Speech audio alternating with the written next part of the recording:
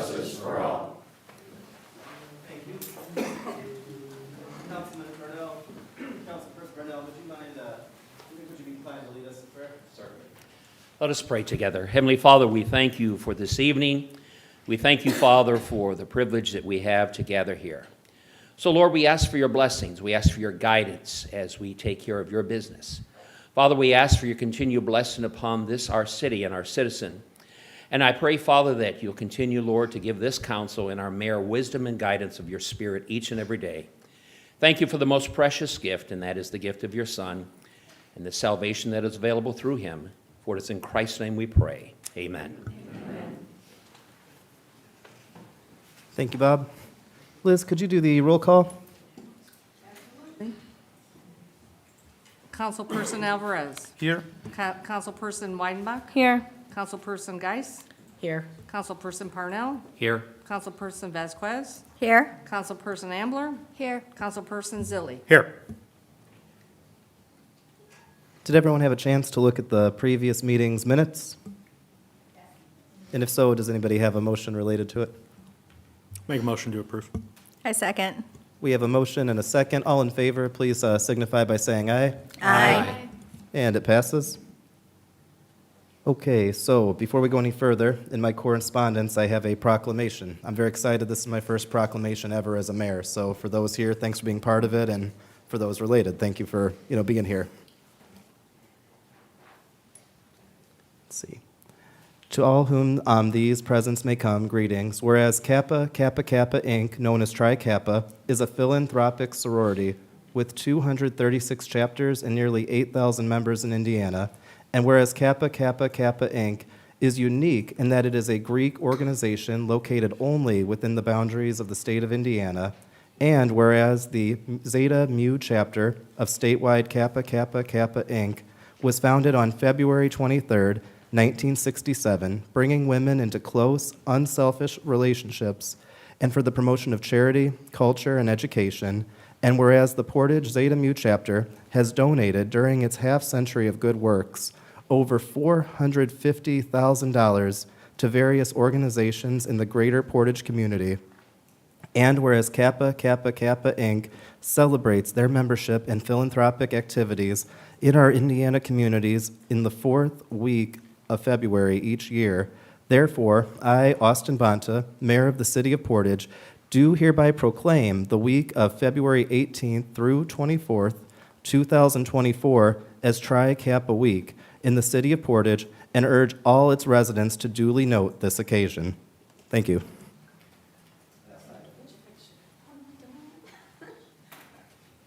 We're going to come and get your proclamation and take your picture there.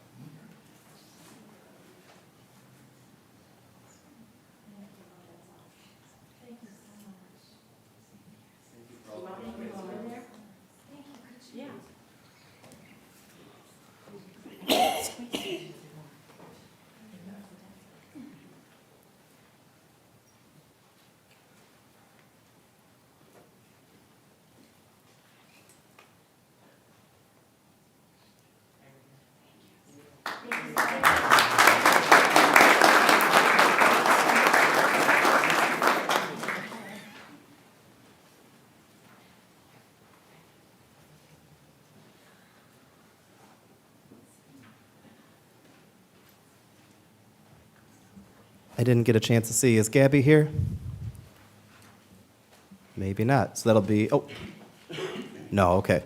Well, with that note, thank you all, and we can continue on for our clerk treasurer's report.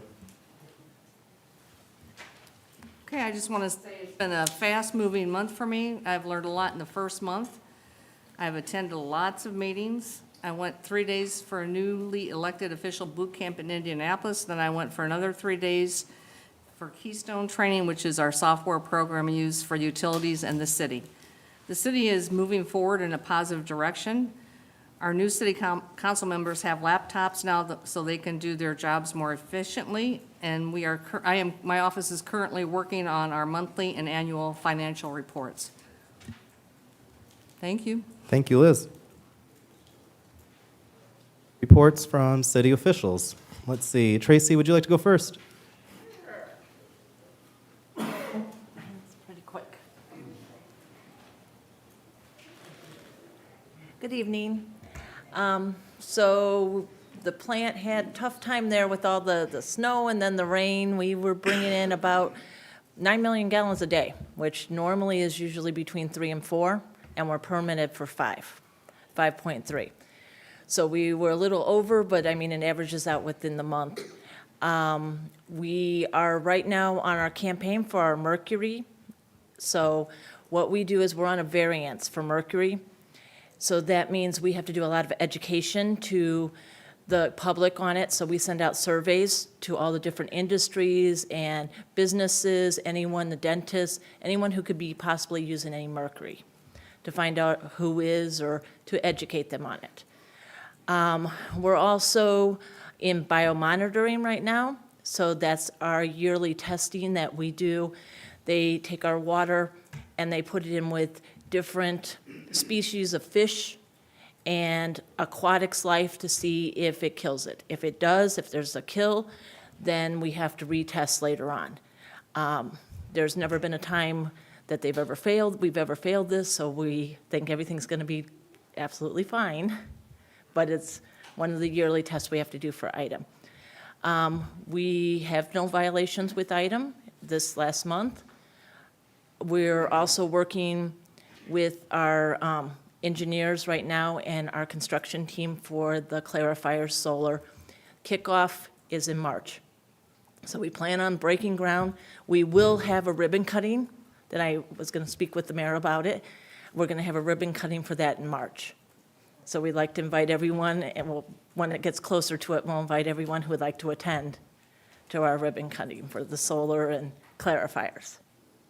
Thank you, Tracy. Is there any questions?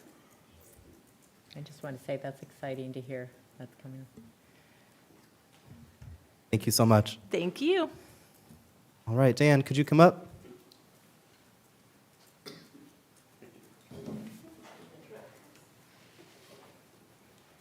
Evening, everyone. Last couple of weeks, we've had a lot of private lateral issues, calls into our office. Just to kind of touch base with everyone here, that especially that's new, a private lateral is just as it sounds. It's the homeowner's responsibility to take care of that. We do have, if you get a call, we have the number on my card that I give all the new members. You could call that number and it prompts you to an emergency phone number, and it goes to a beeper, because we have someone on call 365 days a year, 7 days a week, 24/7. So if there's ever an issue with any kind of sanitary storm, you could direct them to call that, and one of our employees will respond as soon as they possibly can get out there. So just to kind of let everybody know that. Our generator's all hooked up, NIPSCO's there, except for the gas line. We have to hook up a gas line yet, so we'll have our emergency generator hopefully in the next week or so, which is really exciting, because obviously when we get calls, mostly it's bad weather, and we have real tall doors, overhead doors, and if the lights are all out, these guys gotta get up there with a flashlight with the ladder and reach up there to, you know, on your garage door, how you pull the latch so you could raise the door up manually, which is not the ideal situation, especially in an emergency. We need to respond as quickly as possible. So we'll have our emergency generator here in the next week or two operational, which is really exciting for my department. Again, the rain barrel program is ongoing now. So if anybody wants to try to participate with that, or if anybody inquires about it, they could call our office, and Kayla could direct them on what they need to do to get themselves a rain barrel. We have the sweepers out this week, since the weather's been a little bit more mild. Or not sweepers, I'm sorry, the jet trucks. We have the jet trucks out. The sweepers, we have to winterize them, so they can't go out in the winter at all until weather breaks. But the jet trucks, we can take out sometimes when the weather permits, or if there's an emergency. So everything else is going pretty good, and we did find a sinkhole, and Comcast bored through one of our lines. So we're working on getting that fixed at this moment. We have a lot of correspondence with Comcast and Frontier too. They bored through one too. So all the boring that's been going on in the city, I expect, sooner or later we'll find some more issues. Anybody have any questions? Are the rain barrels one per household? Is there a cost? No, or? you could order two, yes. There is a cost to a resident, and it is like $28, I believe is what it is. And then the stormwater MS4 program picks up the rest of the cost. So it's like a little under half price for a resident to get a rain barrel. Thank you. Thank you, Dan. Okay. Have a good evening. Barb, did you want to come up? You don't have to. I know we talked earlier, but it's all good if you'd like to. I'll just stand here. I have no report at this time. No problem. We had a long meeting today. It was all good. Really exciting stuff. I mean, probably by next month we can report on a lot of that, but thank you. Thank you. There's some extra open chairs here, anybody needing a seat. Mr. Cherry, would you mind coming up? No problem. Police? Say if you had no report, I'd be interested. Like, how did that happen? I got one. How's everybody doing? I'm good. Did you guys all get my getting to know the Portage Police Department email I sent? Okay.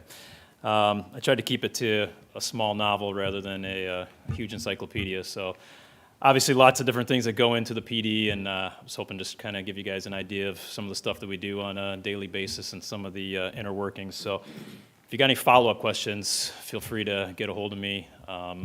And also, if anybody wants a tour or wants to go for a ride-along, let us know, and we can take care of that too. So, all right, so for January, our total incidents were 3,565. So that came out to 115 a day. Obviously, our year-to-date incidents are the same since we've only had 1 month. But that was a spike in January. I think we were in the mid-90s last month, so who knows? Usually the summer is the busiest. It's kind of strange to have a January that busy, but sometimes you can't predict it. So as far as our hiring, staffing issues, we have 4 new officers that'll be starting on February 18th. So I believe those will be the first 4 that the mayor gets to swear in. So we'll get with your office and try to line that up. So excited to have those officers coming through. Hopefully they'll get into the August Police Academy. We're kind of running into these issues now that everybody is hiring in the state, and so the academies can't even keep up. So like our last academy, we didn't even get the full amount of officers in that we needed. So it's just an issue that's running throughout the state. There's only so many academies and so many new officers that are coming through. So we're hopeful we'll be able to get them in August, but it's kind of a challenge right now. This leaves us currently with 4 openings, and then we have 3 more coming due to retirements at the end of the spring. We've got 1 officer right now in field training, so he's got the academy. He's just finishing up his training right now. Hopefully he'll get released within the maybe next 6 weeks or so, I believe. And we also have 3 that are currently at the police academy that started in January, so I believe they're going to graduate in April. 1 of them is released, so he'll come back and go right to the road, and then the other 2 will still need more training. So, like I said, for those of you who've been on the council for a while, we've been talking about this for a couple of years. It's just we're still in this transition period of all these retirements. As far as I know, I think at the end of this summer it should start slowing down, unless some other people decide they're ready to be done. But this is probably the worst part of it that we thought we were going to be in. So hopefully we'll start catching up. We didn't really do too much in community engagement this month. It's January, beginning of the year. Weather hasn't been great, so we haven't been out there doing too much. But I am going to get you all probably within the next couple of weeks a kind of a end of the year recap from last year. I'll have the crime stats and stuff, and we'll have some of the numbers on community engagement. I am pretty excited though, because it's something that we really talked about wanting to do over the last couple of years. And if my numbers are right, we did about 5 times the amount of community engagement events last year than we did in 2019. So I just think it's really important to get out there, get to know the community, let the community get to know us, and be able to deal with or have those interactions other than police calls where, we're getting called to a house or something. So on kind of a bittersweet note, I need to announce the retirement of Sergeant Dan Martinez. He was forced to retire this past weekend after 10 and a half years of service. Dan sustained an injury on duty that he wasn't able to come back to work for. It's one of the pitfalls of this job, unfortunately. Obviously, we're out there, and some of the things that we're doing put us in danger, and unfortunately, this is what happened. But with that, he's also retiring his K9 Diablo. But on a good note, we had gone to the Board of Works, I believe it was last month, or December, to deal with, or to discuss Diablo's ownership, and the Board of Works approved that he will revert to Dan's ownership. So I guess the best part of the story is that Dan and or Sergeant Martinez and Diablo will be able to continue together at their home. So that is official now that both of them are retired. So speaking of our K9 unit, we're actively fundraising in an attempt to secure funds to replace our retiring dogs. At this point, we're 2 dogs shy of where we should be optimally for K9 staffing. And unfortunately, we've probably got 2 others that are looking at retirements due to health issues. So possibly looking to try to get 4 more dogs. And we've talked before about how we don't really have a budget for that. It's based on fundraising, donations and things. So I know the team's been out there working really hard trying to raise funds, and there's some other things that are probably going to be coming up in the next couple of months. So we might be putting out some announcements for some activities that we'll be doing for that. So with the retirement of Sergeant Martinez, that opened up a couple promotional spots. Flora McHenry was promoted to sergeant, and Courtney Overton was promoted to corporal. Those took place this weekend, so congrats to them. Big thing that we need to look about, I know I've been talking to some of you, is police vehicles. Really need to get a plan for that. With the way the auto industry is running right now, we're in danger of missing out on available vehicles. I know I sent some of you some information on kind of the fleet and all that information, so I'm hoping that we can revisit that at some point. I think right now we're probably looking at 8 or 9 months out if you can get orders, so we're already looking into getting close to next year to fulfill any orders that we would have. So, and then lastly, I always like to kind of give out a little recognition for individual officers or teams or different things that we've done in the past month. So I have a couple things here. So over the last several months, Detective Corporal Huberger has been investigating a case relating to sex crimes and the exploitation of a minor involving suspects from Illinois and southern Indiana. Not a pleasant thing to be investigating. Her investigation has led to multiple charges and arrests.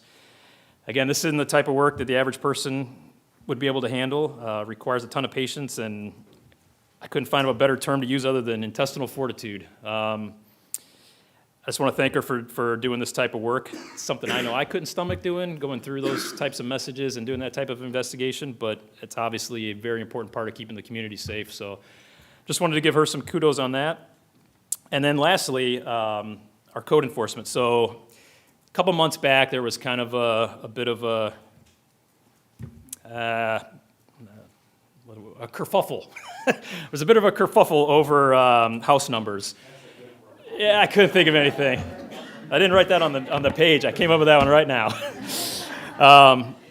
So the concern, I think, at the time was that we were looking to be penalizing people and things, and we talked about it at one of the council meetings, that the idea was really that there's so many houses that don't have numbers on them, and it's very difficult for us, fire, other first responders, to find the right house. Because although you would think everything goes in sequential order, if you've driven around the city, it does not.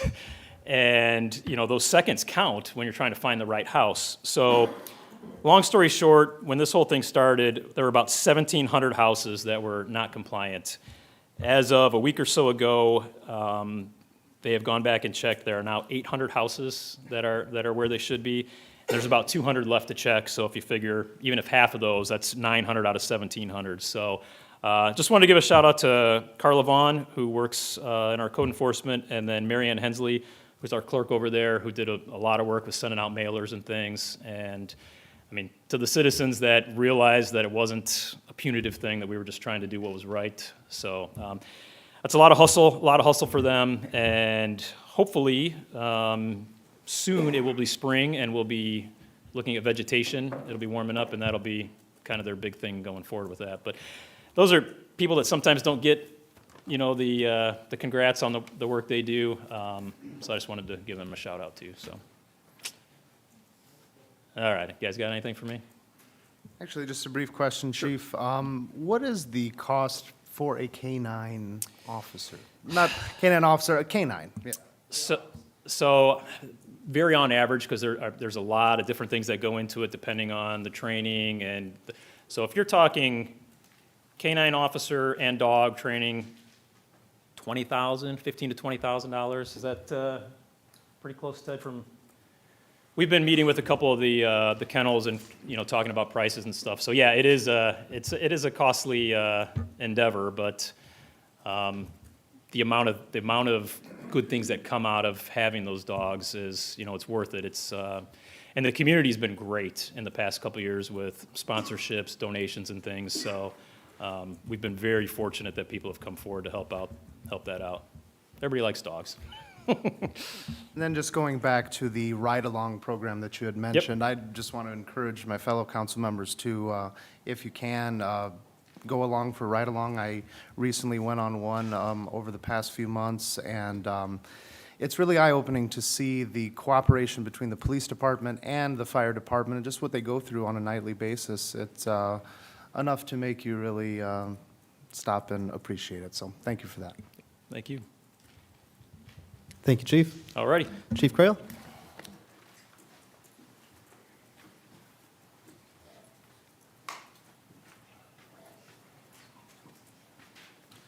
Good evening.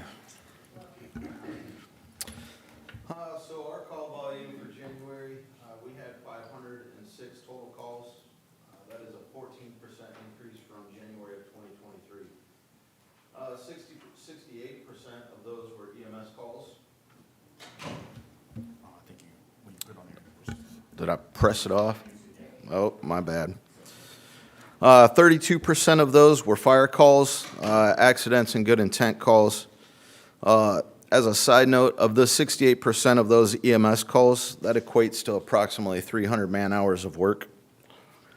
So while it doesn't quite total out to the police number of calls, we are, those EMS calls, I mean, they're lasting us a good hour, and so we are spending a decent amount of time on those.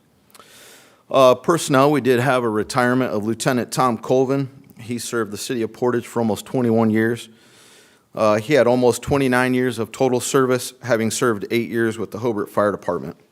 Lieutenant Colvin served as a battalion chief, a dive team leader and instructor, a mentor, and a brother. His contributions have been pivotal to our department's growth and success. His impact and legacy demand our highest appreciation, and he will be greatly missed. With his retirement, we had a lieutenant spot open up, and we did promote Joe Siegel to lieutenant from engineer. That also created an opening, which I am happy to announce that we did fill an opening yesterday from another firefighter that had resigned to go to the Las Vegas area and work for Clark County Fire Department. But yesterday, we were also able to fill the role, hopefully, pending perf testing, of Lieutenant Colvin's retirement. So that gentleman that accepted the position will be going down tomorrow to take his perf physical. That does, for the first time in a long time, make us full. I am very happy to say that. It's been a process, just like it has been with the police department. Being able to say that we are full staffed is definitely a good feeling. We had 3 firefighters start the Franciscan Health Crown Point Paramedic Program starting at the beginning of January. The paramedic program is approximately 1,500 hours of schooling, which is essentially an associate degree level of training that they cram into about 9 months. So they are extremely busy within that time frame. Because of that and the time off that it requires, it does boost up our overtime budget, but the paramedic program is second to none, and they come out very well and very ready for the job. We currently have 4 personnel on workman's comp or workers' comp and 1 on major medical. Our vehicle status, as many of you saw, we were able to take possession and put in service our new fire engine on last Friday. It was a very nice ceremony. Thank you that were able to come out and attend. The timing was impeccable because as we put a new engine in service, we had an engine go down and out of service. So we are currently running out of our recently named backup engine. Last month, I did talk about our tower being out of service. Our tower is back in service, but it is 26 years old and showing its age. The Assistance to Firefighter Grant just opened up in the beginning of January for the fiscal year of 2023. We are in the process of working on the grant application that is due March 8th. We won't have any information on the award or denials for quite some time towards the end of the year for that. For our training this month, we were able to have Anthony Flynn from Crown Point Fire Rescue come over for a presentation on community risk reduction. So you're aware, community risk reduction programs present a strategic and methodical approach to decrease the incidence and impact of fires and other hazards. These involve thorough risk assessments, the implementation of targeted safety measures, and continuous public education. Our crews also this month were able to get CPR certified and recertified in advanced cardiac life support, which those are crucial measures in maintaining the high level of care that we provide for our community. We also haven't been very active out in the community this month. With the cold weather, we've taken the opportunity to do some in-house projects, taking some pride in our fire stations, freshening up some paint, painting some doors that have had some work done to them. But however, I would like to take the opportunity to roll some community involvement into an accolade that also ties into the community risk reduction. If I could get Lieutenant Dan Kodacek, Engineer Elias Zikos, and Master Firefighter Brian Anderson to step into the room, please. So on January 22nd, they were working, they picked up on an address that had been having repetitive calls with repetitive call types. Again, part of the community risk reduction is educating the groups that have high risk factors. Recognizing the call type and the repetitive address, Lieutenant Kodacek and his crew took it upon themselves to go to the address, had a good educational session, and helped in safeguarding the residents from additional issues leading to potentially worse outcomes. That kind of service epitomizes our mission statement to serve with pride. I'd like to give these gentlemen a round of applause.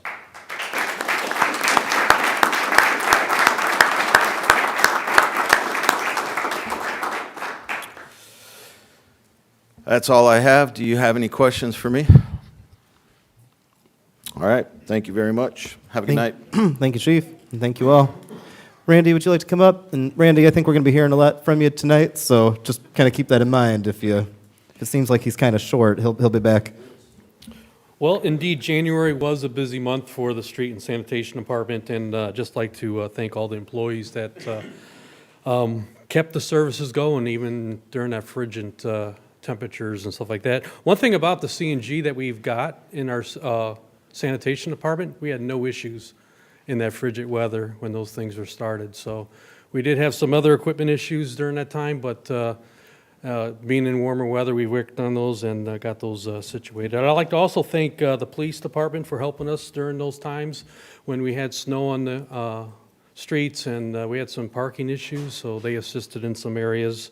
We had 6 winter events in January, and we put about 2,000 tons of salt on our 156 miles of registered road. One thing we do is we try and keep record of some of the events that we have, and we kept track of those 6 events and the mileage that we racked up on our snowplow equipment.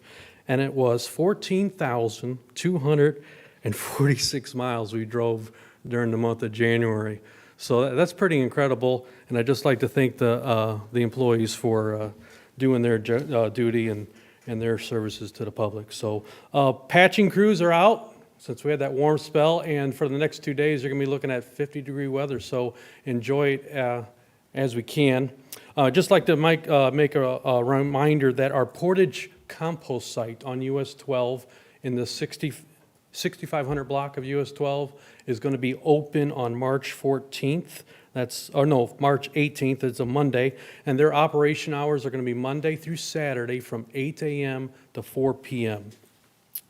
One of the reports that is required to fill out to IDEM is our compost report, and I did forward that to everyone. So some of the numbers that we picked up, our leaf pickup that we take all the leaves up to there and put them in windrows, it came out to 1,926 tons of leaves we've collected throughout the city of Portage.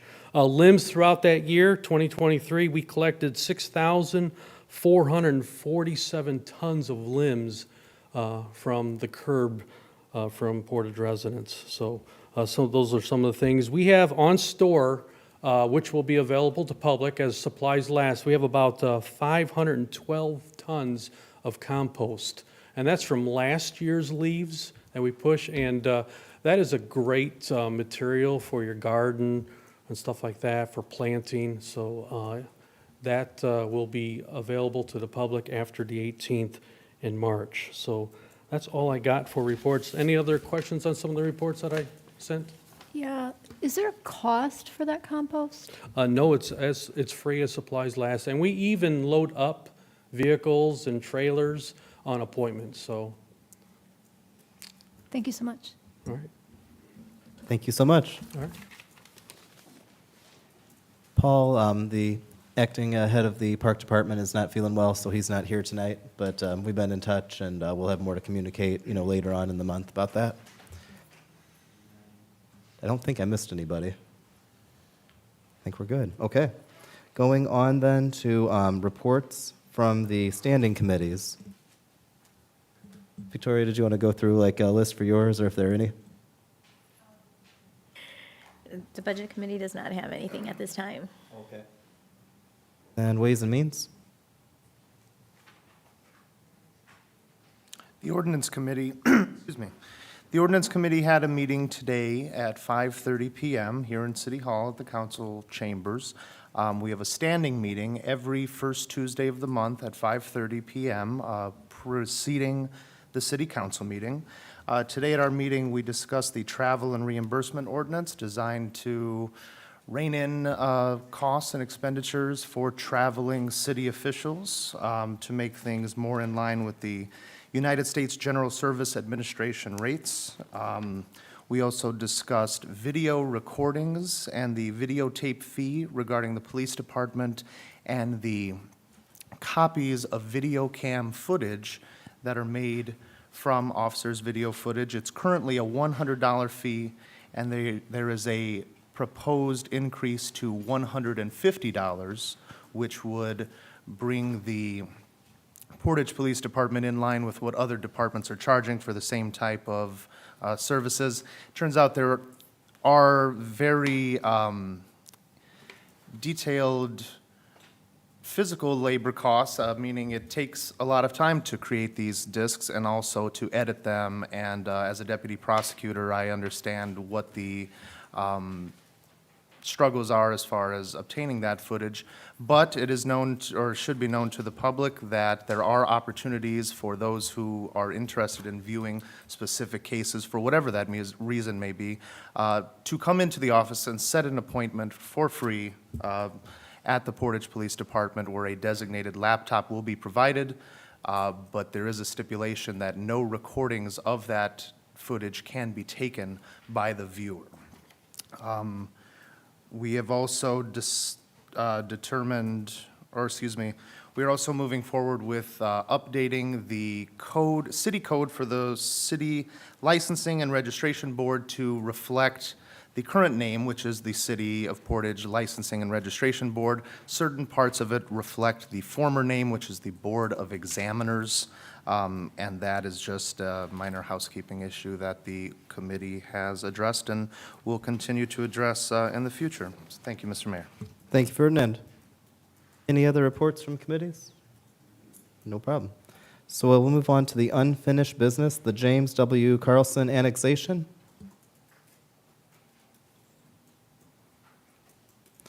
I think the situation here, this has to do with the fiscal plan. Is that correct, Mr. Graham? Yes.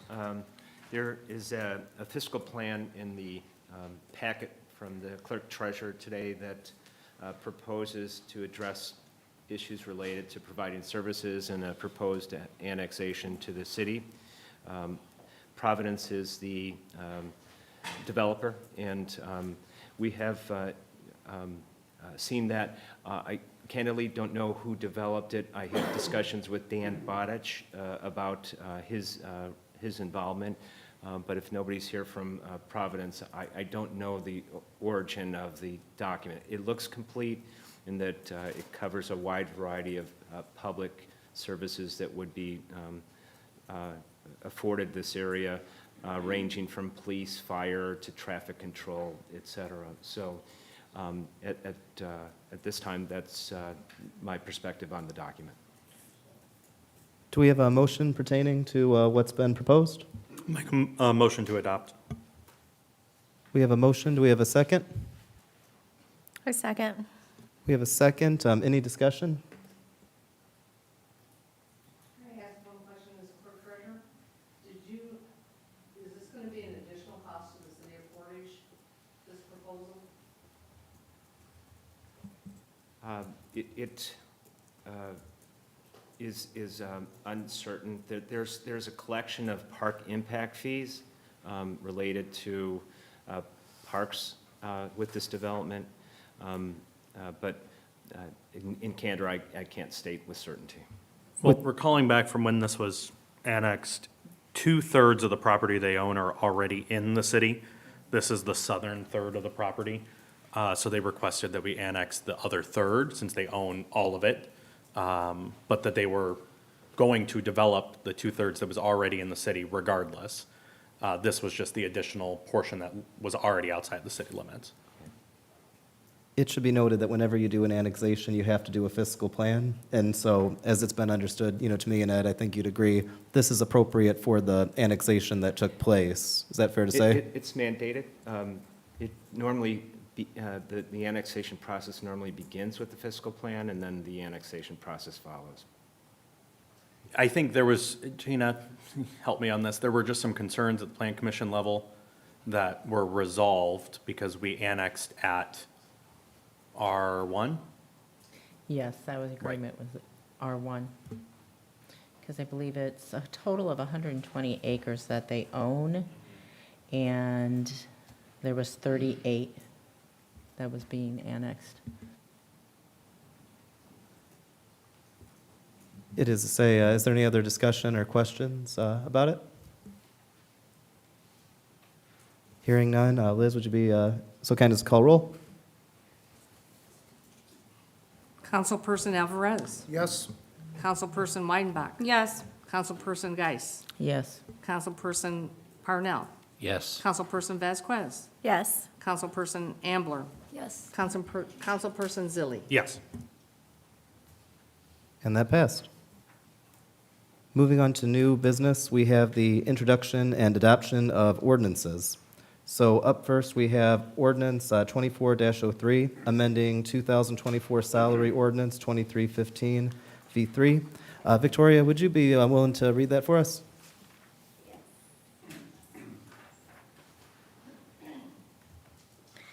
Salary ordinance amendment budget year 2024, ordinance 24-03.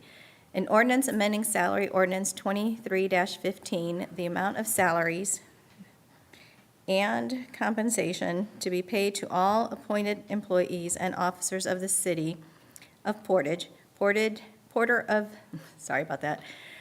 officers of the city of Portage, Porter of the city of Portage, Porter County, Indiana, for the year 2024, Be it and hereby is ordained by the Common Council of the City of Portage, Indiana, as follows. Salary schedule as presented by Austin Bonta, Mayor, to the Common Council of the City of Portage, Porter County, Indiana.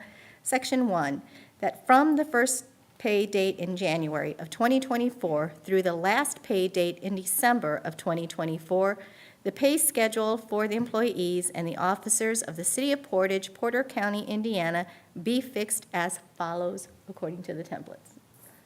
Thank you. Do we have a motion? I'll make a motion to suspend. We have a motion to suspend. Do we have a second? Second? We have a motion to suspend in a second. All in favor, please signify by saying aye. Aye. And that passed. Motion to adopt. Motion to adopt has been put in. Is there a second? Second. Your call, Liz. We have a motion and a second. All in favor, please signify. Could we just quickly say which ones are the changes? That would be perfectly fine, I Thank think. you. Okay, the first change is noted on the left-hand side. It's for the deputy clerk treasurer. I am promoting the payroll clerk to the chief city clerk. So that's the very first change. The second change is for the superintendent of the park department. His salary is being reduced by $10,000, and we are adding an assistant superintendent for the parks at $55,000 annually.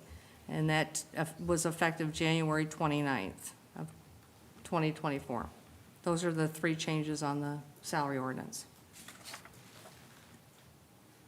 Any discussion to that? We already had a motion and a second, was that correct? All in favor, please signify by saying aye. Aye. And we pass. Ordinance 24-04, amending Chapter 90, Article 5, entitled Zoning Map. Ferdinand, would you mind reading that one? Yes. Oh, yes, Mr. Mayor, thank you. That is the agreement for written commitments? Yes.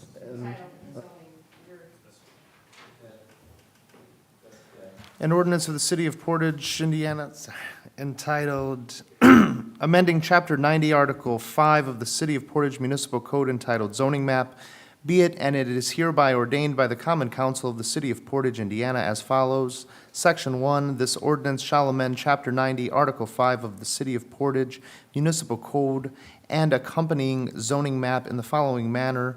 The zoning shall be changed from requesting a change of zoning from OC Office Commercial to C1 Small to Medium Scale Commercial for 6.33 acres at 2872 Willow Creek Road.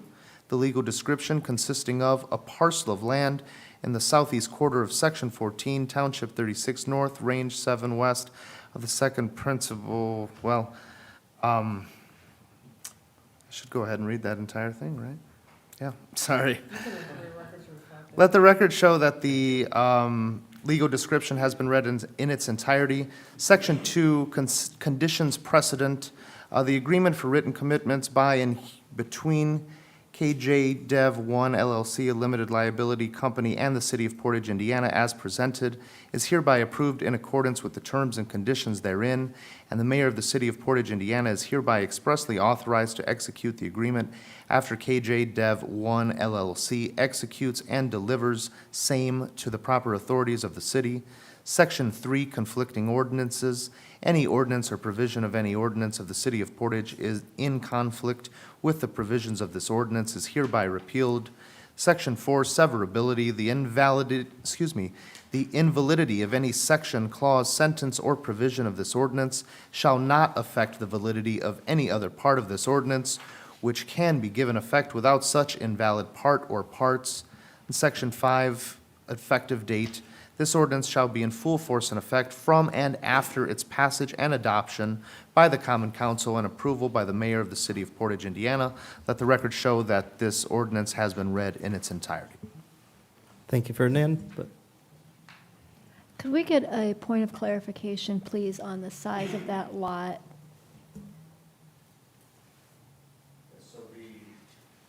Ordinance reads .633 of an acre. Thank you. I'd Do like we- to say that this is the first reading for this zoning map ordinance. So I don't know if we even have to take a roll call on it. Ed, do we need to take? Oh, no, because it automatically goes to the second one? Correct. Sure. Would anybody like to discuss what this is, or? This is Big B Coffee, looking to come on Willow Creek Road across the street from Frank Gilbert Park. Not that you should always measure everything by social media, but people seem pretty excited that they're coming. And it's the corner of Willow Creek and Sunrise. So at an upcoming meeting, we'll be doing the second reading for this zoning change. Stay tuned. We have ordinance 2405, repealing and replacing the governing bulk item pickup and establishing a current fee schedule. Bob, would you mind reading that for us? There you go.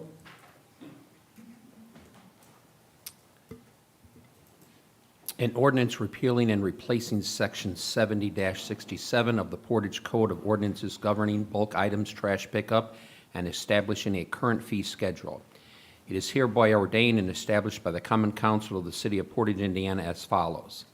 A new ordinance, Section 70-67, governing bulk item trash pickup and establishing a current fee schedule as presented by Austin Bonta, Mayor of the Common Council of the City of Portage, Porter County, Indiana.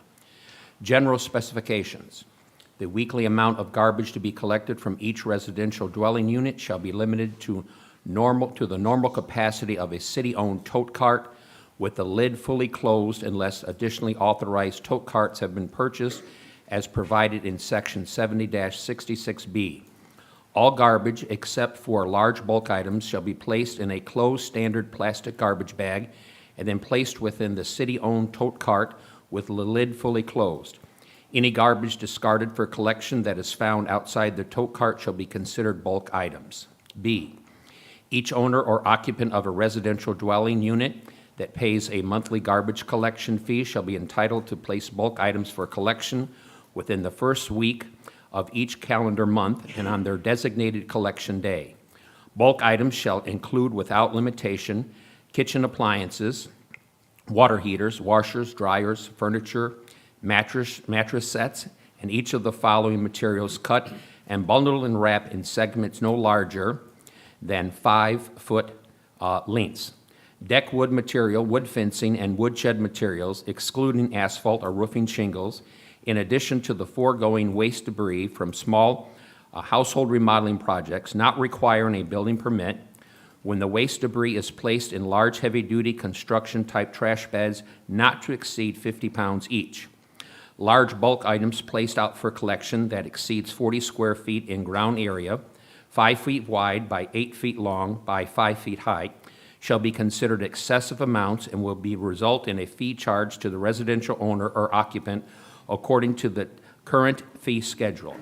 C, residential owners or occupants requesting collection of bulk items shall be collected other than on their designated collection day in the first day of the week of calendar year, shall be assessed an additional collection fee in accordance with the then current fee schedule.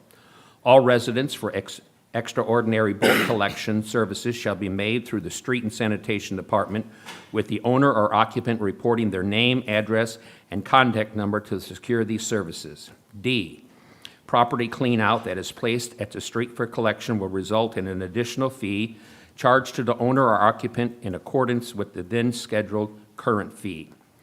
E, owners or occupants who deposit refuse or garbage that exceeds the normal capacity of a tote cart leaving the lid partially or completely open shall be assessed an additional fee in accordance with the then current fee. Do you want me to read the whole fee schedule, Mr. Mayor? I believe you can state as follows, and similar to what we did with the salary ordinance. Pardon me, sir? So like we did when Victoria read the salary ordinance, she didn't have to read the whole, but we can go through the changes during the discussion part. Thank you, sir. Thank you so much, Bob. So once upon a time when I was a teacher, I had a coworker who had an assignment for her 5th grade class. She had them write an essay called How to Make a Peanut Butter and Jelly Sandwich. And they had to write how to do it, and then she then took some gloves, took the ingredients, and then she did exactly what their instructions said to do. And if their instructions weren't written well, the sandwich came out bad. Maybe some of you guys had a teacher who did something similar. When it comes to an ordinance like this, I bet you never thought about how we actually have to word things like trash pickup in an ordinance to make sure that things are done right and appropriately. At least I would hope that most people don't wake up and think about that. The intention here is to do really three things. One is to increase the scheduled bulk pickup for a non-amnesty weekday to $40 to keep up with the cost of those extraordinary or extraordinary pickups. Implementing a fee schedule that's designed to deter businesses from taking advantage of our trash pickup, which I think it's no secret that people have figured out that under the current setup, it's a little bit too easy for a contractor or somebody to take their garbage, bring it to a portage address, and then take advantage of the much cheaper rate that we have. And then the third piece is that we're removing tires from the things available during Amnesty Week or bulk pickup. I'm kind of amazed that we do that, but I shouldn't be bringing too much opinion in here. In any case, this is like the zoning change ordinance. We'll have to vote on this in an upcoming meeting because a change to the fee schedule requires 2 readings. So, thank you. I have a quick question. Yeah. Randy, you may be able to answer. Regarding the overfilled tote, if the lid is up too much, and now that they're using both cans for garbage, what if they say that, oh, it was just an extra bag rather than bringing 2 cans out? I could show you, I should have brought a toter and showed you an example of what we face out there. When we look at the toters out there and as the employees service a community, some of the lids are not like this, they're like this. And you ever see people wash dishes and the kids will strategically place all those dry dish or the dishes in the dry rack perfectly? We have residents that have very skilled individuals about stacking trash on a toter. So as the automation truck comes up and they try to dump that, because we've got 800 to 1,000 cans to service as fast as we can. When they go to grab that and they go to try and service that, bags are falling all over the place. The driver has to stop, clean up, dump it again, reload it. So we're asking the council to consider this as, I believe within the schedule, the fee schedule, it's $10. It's very reasonable to assess that fee with an overloaded toter. We're not looking at toters like with lids like this. We're looking at like this. And the guys are required, we're going to document everything before a fee is assessed, so within this process. So, and we have been taking pictures of just, and I could bring some pictures to the next council meeting. It's very unique what we face on a weekly basis. So On that any note, others? Randy, when you come to the next council meeting where we formally vote on this, could you also make sure you bring some pictures of, ideally, if you could show the difference between 40 square feet, 100 square feet, 200, and even when we start reaching that for sure. 400 square Yes. feet spot, so that people have an idea of what we're looking at when we're really applying this fee structure? I'll blur out the address numbers on the homes. So. I just figured you would do that, so thank you for clarifying. All right, well, thank you. Any Any other other questions? Thank you. I had one question. So Randy, I would suspect that the elements, our weather elements also play into the totes having the lids all the way up, that if there's rain collected in there, it makes it more difficult. It weighs down the tote as well, and the maintenance on the hydraulics of the arm lifting something that's overloaded, is that correct? I'll correct that right now. During the wintertime, when snow and water gets in there and it thaws, freezes, when people put their garbage in those and they tote them out, what happens is when we go to empty, it only empties half because there's 2 or 3 inches of ice which captures that first bag or the first layers of garbage. So when we dump and we put the can back, the resident comes out and says, hey, you only got half my garbage. Well, the other garbage is frozen in the very bottom. So, but those trucks could pick up several hundred pounds. So other than filling it up full of dirt, which we've had, it doesn't, the equipment is very heavy duty and it doesn't stress it too much, so. Thank you. And so then we have ordinance 24-06. repealing and replacing the governing residential trash pickup. Randy, feel free to stay there if you like, but Colin, would you mind reading that for us? Sure. Ordinance number 24-06, an ordinance repealing and replacing section 70-66, 70-69, and 70-70 of the Portage Code of Ordinances governing residential trash pickup. It is hereby ordained and established by the Common Council of the City of Portage, Indiana as follows. A new ordinance, sections 76-67, 70-69, and 70-70 governing residential trash pickup as presented by Austin Bonta, Mayor, to the Common Council of the City of Portage, Porter County, Indiana. Section 70-66, required maximum number permitted. Subsection A, all city-owned tote carts provided to residential dwelling units shall at all times remain the property of the city. City-owned tote carts which are assigned to individual residential dwelling units shall remain on the premises or be returned to the city when the owner, owners, or occupants vacate the premises. Subsection B, each residential dwelling unit that pays a monthly garbage collection fee shall be provided up to 2 city-owned tote carts for garbage disposal. Residential owners and occupants may obtain additional city-owned tote carts through a request to the Street and Sanitation Department, provided their account number, or their account is current and payment of an additional monthly garbage collection fee is made, and further provided that a commitment is made to pay a 1-year service obligation in accordance with the then current fee schedule. Section C, on the scheduled residential garbage collection day, all tote carts that need to be serviced shall be placed at the street's edge. Tote carts are to be placed a minimum of 3 feet apart from each other from any parked vehicle on the street or any other objects that may obstruct automated garbage collection. Tote cart wheels and handles shall be placed towards the house, and the directional arrow on the lid shall be pointed towards the street. No tote cart shall be stored or placed in any area that obstructs pedestrian or vehicular traffic in a public right-of-way. D, all tote carts in need of service shall be placed on the street no earlier than 12 p.m. the day prior to scheduled garbage collection and not later than 6 a.m. of the scheduled garbage collection day. All tote carts in need of service will be emptied between the hours of 6 a.m. and 9 p.m. on the scheduled garbage collection day. The resident shall be responsible for cleaning up any scattered garbage and rejected items from the property before 12 p.m. the following day. All tote carts shall be removed from the street no later than 12 p.m. the day after the scheduled garbage collection. E, residential owners and occupants that do not place tote carts at the street by 6 a.m. on the scheduled garbage collection day may request a special pickup from the Street and Sanitation Department for an additional service fee in accordance with the then current fee schedule.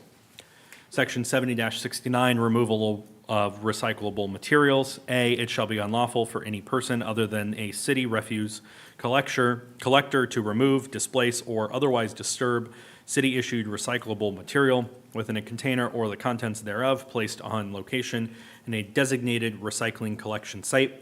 B, any person violating this section shall be punished by a fine not less than $100, not more than $2,500 for each separate violation.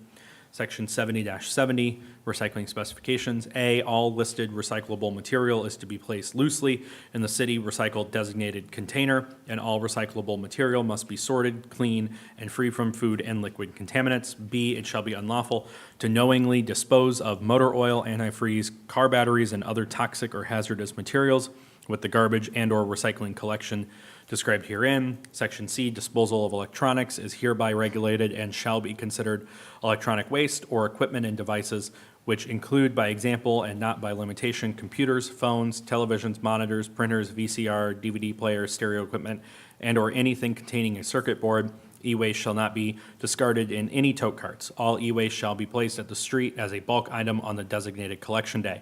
E-waste may also be transported to the sanitation department during normal hours of operation at no charge to the resident. Let the record reflect this has been read in its entirety. Motion to suspend.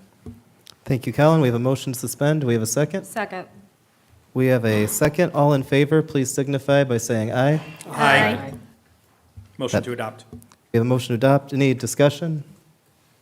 Can you explain, so people can hear, as to where the disposal for the recycling products can be dropped off? When you say at the street department, explain as to where. There's actually 2 areas that we could dispose of e-waste. Well, 3. One at your curb on Amnesty Day, 2 at the street department, and 3 on March 18th, you could take your recycling to the US 12 compost site. So they do have a recycling center up there as well. Wait, to be clear, Gina, you were asking about all recycling material, not e-waste, right? Yeah. Oh, recycling material, Yeah. yes, e-waste and recycling material at the US 12 compost site and the street department. So, and during normal operations. During the summertime, believe April 30th all the way to October 30th, we'll have the extended hours at the street department on Saturdays from 10 to 2. Thank you. Just to kind of go back to that, how to make a peanut butter and jelly sandwich instructions example. When you're talking ordinances like these, there's just a lot that goes into it. You'll notice that when that was read, there were instructions for like where to place the cart facing the street. A lot of that is existing within the ordinance. What we went through was to make the adjustments given the change in policy that we're going for. So if you have any questions, I'm happy to answer, but just for anybody watching, it's not as if we had nothing and all of that got written. That's the whole ordinance as it will stand per So, this. to be clear, we are no longer picking up recycled material at the curb on trash days. That is correct. And they can bring it to the street department or the compost site. That is correct. And then also you can use, everybody's got the ability to have up to 2 of their toters, and the lid color no longer I was going to say, pertains. so are we switching out the green lid to black lid toters? No, that would be very laborious in doing that. So we've just made it, no matter what the color is, the color of the tote does not determine service any longer. They're both trash totes, so. Yeah, I'm just thinking someone's going to think that they're recycling their material, and then you're going to get a call saying, why did it go in the same truck? It's a communication process for sure, and in the long run, they will be switching out. So for example, like let's say a couple or a new family buys a house, that's a great time to switch out and give it a little bit of time. And also our sustainability committee, they've got some plans they have to encourage people to turn those in, but I'll leave that up to them when they come and report for their next move. Thank you. All right. Any other questions? And Superintendent Reader. Ultimately, this will save the city of Portage money, is that correct? It will cut down the red in our department. It will not take us to the black. We're still operating in red, but we're shrinking the expenses, so. Can you just explain why? Why are we no longer taking recycling? There's 2 gamuts. The first one is the contamination rate. So that in itself is just not Portage, it's other communities in northwest Indiana, and I imagine across the country, that recycling is not working the way we want it to. So it's, we have to get less than 10% in the industry, and we're not there. So we're at about 30%. So with that said, we're going to discontinue this suspended program. The next thing is the private industry is now charging even for clean recycling, and it's incredible. A few years back, it was free to get rid of, to offset the trash. But now it's costing us, if we were to get to clean recycling, I'll give you this, we pay $63.64 a ton for sanitation trash. In our current contract right now, it's $105 for clean recycling. When did we start paying that, Randy? Was it this year or last year? It was this past August of 2023. There's other communities that are paying actually more in clean recycling. So prior per to August, ton. we were paying 0. Yeah, we So were if paying anything was 0. in a green lid toter, and we took it to Republic, we paid nothing for it. That's correct. Even though it wasn't being recycled, we still paid nothing. Now That we're is going to pay $100 a ton. That's correct. Got it. So, The key thing, though, is during that time, if it exceeded, and as it happened, we got contaminated, everything was going into the trash, into the landfill, no matter what the efforts people made. That's what makes Right. this such a sensitive topic. Right, And just before August, we weren't paying anything if it was in the recycling totes. And if I could bring this to There was still a council- benefit to the city Yeah. to separate it until we started paying $100 a Yes. ton. Then at that point, it would be $40 more. and with that said, that's what we pay the transfer station. We still have the cost of an employee, 2 employees, 2 trucks, fuel, wear and tear, their time. We're still adding that upon that amount. So if you figure 105 times about 3,000 tons of recycling, plus about maybe, I would say a good $90,000 to $100,000 times 2, because it would take 2 trucks to pick up those recycling routes, add that cost. So that's how much recycling would increase. we talk about the pay that came in, and that was for when it was clean. Is that correct? Yeah, that was for, That's when it was clean, we were only paying 2 employees, 2 trucks, their time to pick up recycling and to take it to the transfer station to offset the trash side. So, Yeah, thank you so much. okay. I'd like to And thank so- you for at least the past 2 years, just teaching the public or trying to teach the public what can and what cannot be recycled, and unfortunately. And I think our rate went up even with the education, right? I mean, we were in the 20s when this whole thing started, and our rate went up, right? Our trash rate? No, like our contamination rate. Oh, yes. Even with the amount of Yeah. education we tried, it went up. COVID changed everything. So COVID had everyone cleaning out their garages, and what do I do with this stuff? Well, they put it in the green lid toter. So, And it should be noted when people say, and I've heard people say Portage is ending the recycling program. I don't think that that's the accurate way to say this, because with things not being recycled for so long, what we're doing is we are acknowledging that we tried, and Randy in particular, your department did what a lot of departments were, I don't know if afraid is the right word, but you were brave enough to say, hey, we're in suspension, we are trying to deal with it. You tried, things to get it done. At this point, we are moving on to build our own recycling infrastructure, if you will. So this is a step towards recycling, not really an ending of a program. It's bringing to end a suspended program. And we were one of the last communities that weren't paying for recycling. Most of the contracts for the Yes, other communities were yes. up. They were starting to pay. We were the last one with that $0 That is tonnage correct. for recycling.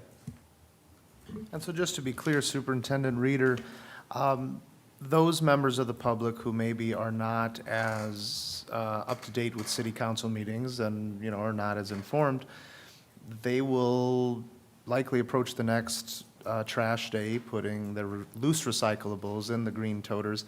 What will their consequences be, or what type of effects will that have?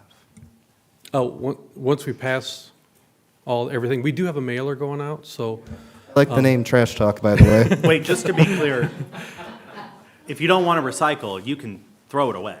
Like, we're not Yes. saying you have Correct. to recycle and separate it out. But those people, correct, and those Yeah. people who mistakenly will continue with the program or the process the way it has been, will then find, our trucks will then find toters filled with loose recyclables. Will those homeowners be issued a fine, or will they be? oh, no, not at all. Okay, Not at all. thank you. And their toters understand won't be repossessed or anything No. like that either? No, Okay, not thank at you. all. The only thing there is we want to make sure that those people know that if they want it recycled, they need to get it to an appropriate place to recycle. And again, there's going to be programming, coming out to assist with that. But no punishment, just we want to make sure people know so that they're not continuing to think that they're recycling if they're not. And the word is getting around, Mayor, because we've had a great influx of residents coming into the department with their recycling and filling. We have containers down there, recycling containers that they're filling. So, in fact, they're full right now and they're emptying them tomorrow, so. And maybe, and Colin, I'm hearing a little bit of what you're saying, and maybe just to clarify this, the language that still mentions the recycling, it does apply, of course, to the street department. It will be a crime to go to the street department and try to raid, the recyclables out of there. But that language is about 2 things. One, making sure that people aren't going around to anybody's tote and pulling things out for a scrapping purpose or, what have you. The second end is that we want to be able to, if we ever are able to create a curbside recycling program again that works, it's better to have that language there rather than have to recreate it. So basically, the previous ordinance language was very much designed for the program that we had. This allows us to create it again within the confines of this new ordinance.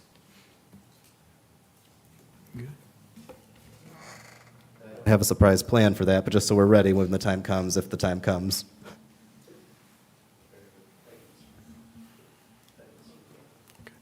We had a motion and a second already, is that right? All in favor? Aye. And it passed. I don't believe we have any resolutions. Petitions, remonstrances, and public input. If you'd like to come up and say something, we'll limit you to 2 minutes. We'll listen to what you have to say. I'll take some notes. And then I prefer to, rather than respond to people right then and there, it's usually a little bit better for me to take some notes and then, either respond individually after the meeting, just to help keep the traffic flow moving. But please go ahead.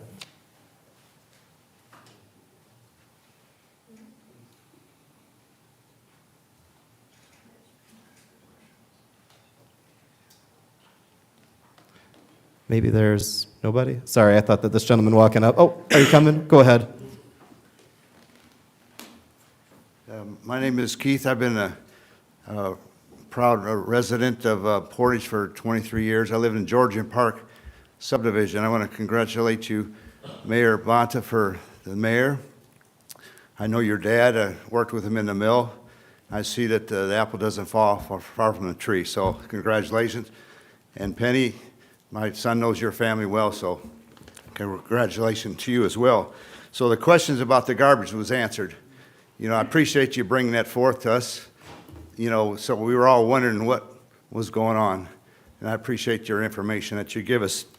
And so another question I want to ask this gentleman later. On Lute Road, the property there behind Menards, I'm supposed to talk to him, so I don't need to bring it up to you. I have some questions on signage in Portage. Who could I talk to about that? About maybe putting certain signs up on the roads?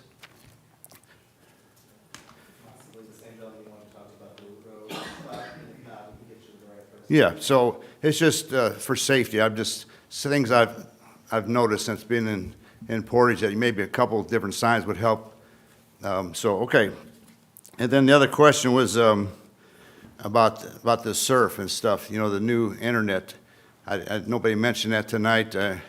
I see they've really come through. I do have a friend that, he lives in South Haven, and he really likes the internet that's come forth, so I'm sure, is this something they're going to come to our house and then ask us to join? I'm not sure.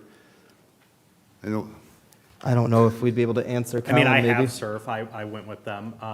I've been very happy. Good. It was a quick install. I mean, we had some problems at the city level, and they resolved them really fast once we met with them and addressed the issues. We had problems in Hidden Waters in particular. But I've been happy with the service, and it was installed in a day. So as soon as it's available in your area, you can contact Surf, and they're able to hook you up. Okay, yeah, they've already put a lot of holes already in the yards.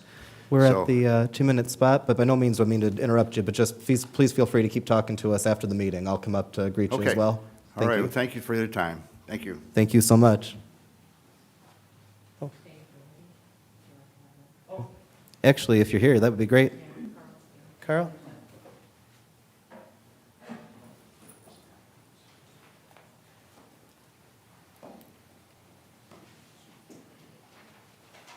Hello, everyone. Appreciate you letting me address everybody here this evening. So my name's Carl Keurig, and I'm a member of the Portage Beautification and Sustainability Committee, or the Portage BSC. The committee is dedicated to working with city government, businesses, and residents to promote environmental responsibility in order to create a more livable and sustainable future for all. The committee was established around the same time that the majority of Portage residents were learning that the city does not have an active recycling program. And while we are exploring potential opportunities, as Mayor Bonta kind of hinted at, with bringing recycling options back to Portage residents, it's important to note that we're equally committed to educating residents about waste reduction and improving sustainable practices across all aspects of the city, and initiating community cleanup and beautification projects, so things that can be more sustainable in the long run than a recycling program, as Mr. Reeder outlined. The costs and the way that recycling works now is not as sustainable as it used to be. So I just really quickly wanted to go over a few things that we, as the committee, have done in the last month since the January City Council meeting, when our chair, Gabrielle Garcia, was up here.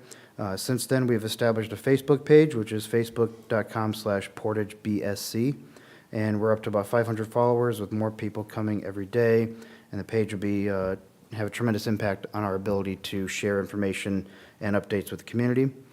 We held our first official meeting and outlined a plan to keep the committee moving forward, while also identifying community events and beautification projects that we will organize this spring and summer.